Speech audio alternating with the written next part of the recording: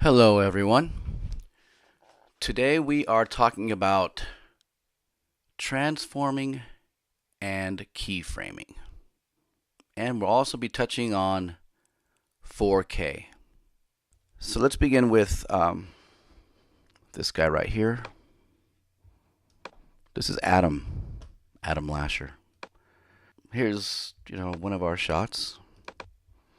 And as you can see, as we discussed in our other lesson, all the effects are applied.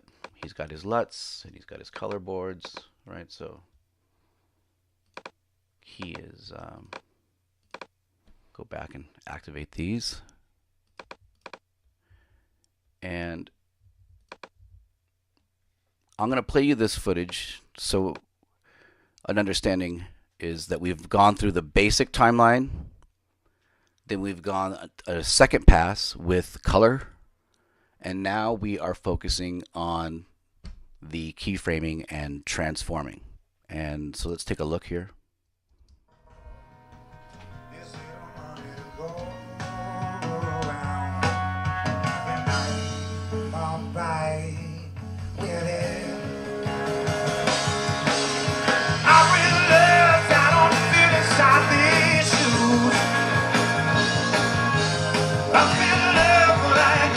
And let's stop it right there.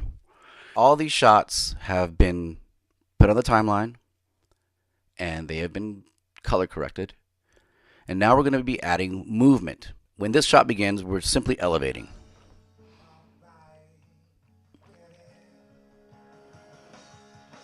All this is subjective, but I believe this would be a lot better if we slowly zoom in to the drummer as it goes into his fills. So I'm going to hit the transform key, which is right here. Once that's been activated, you get a little cute guy up here, this little diamond. And I'm going to lower this so you can see as it's happening. This is known as a keyframe. Once I hit this, you're going to see that this area down here, all these will light up. Let me hit this. I've just added a keyframe. Now this is the very beginning of that shot, that cut. And I know that because I have this angle down here. So the basic beginning, if you're going to make a move, is to put one at the very beginning and then put one at the very end and in between if you need it. So here's the end of the clip, and I know that because now there is this little marker in the right corner. So that's the end. So now I'm going to put another keyframe at the end, and you can see that these activated. Now that that's set, you can adjust your second keyframe by using these corners here and dragging, or you can use the tools in your effects panel. So I'm going to zoom in on our drummer, right? And now I'm going to center him up a little bit, something like that.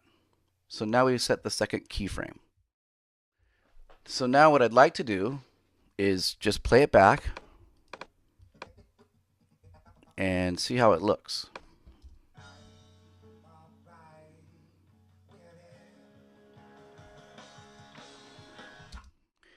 See right here, during the move, we chopped his head off. That's not good. So what I'm going to do is at this point here, I'm going to add another keyframe. And I'm going to drag this point right here so I don't chop his head off at that point. So now I have 3 keyframes.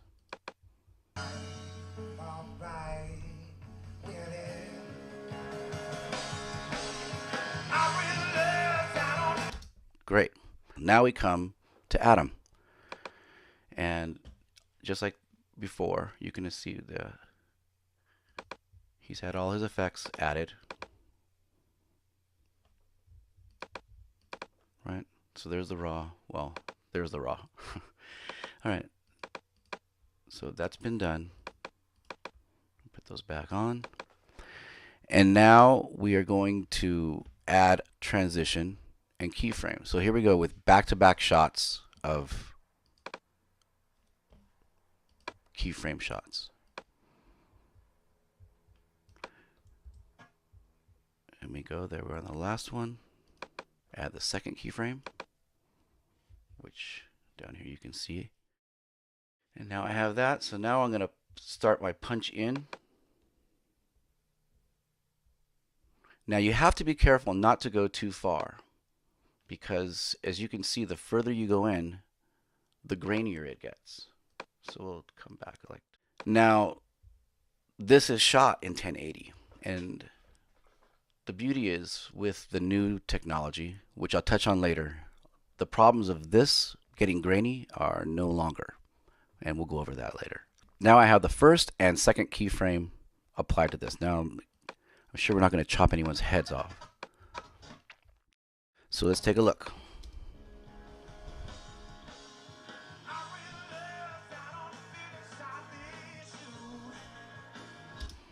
There you go. Now we're coming out from here. We're going over the keyboards. We're flying into the drummer and punching in here, which goes great as we flow to the next shot.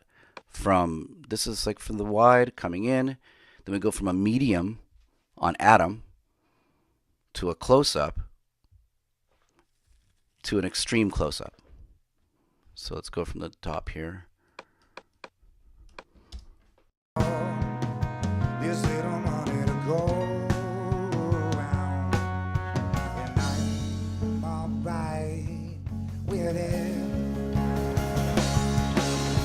I realize I don't fit inside these shoes. I feel love, but I ain't got much left to do. And there you go. Transforming and keyframing. Now you don't have to add it to every shot, unlike color where it's an absolute must. This is a pick and choose your spots style. I had discussed the 4K world. Here's a diagram showing you this is where we shoot currently at 1080p. And this is a 1080p timeline down here. This is 1080p.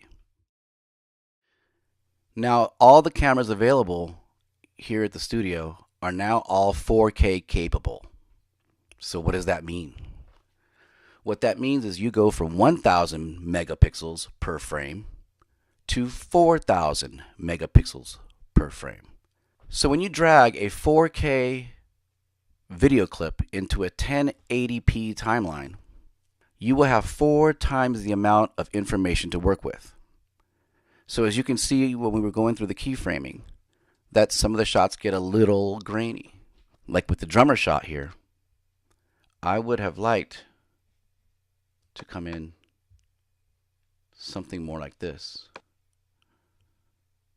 You know, really come in there. I would have liked to come in something like that. But I can't, he's getting so blurry. But now, with the 4K world, that problem has been eliminated. So there you go. So go ahead and go through the timeline and pick and choose your spots and have fun. Happy cutting.